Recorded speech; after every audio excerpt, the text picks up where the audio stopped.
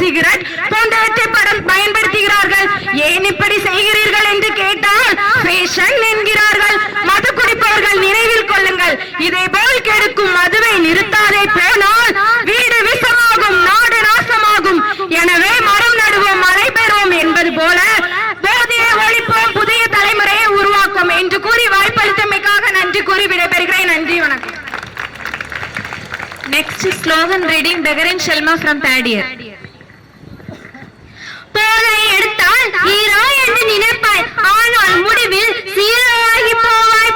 போதை சொல்வது நண்பன் தான், பிறகு வாழ்க்கையை ஆக்கும் நாசம்தான்.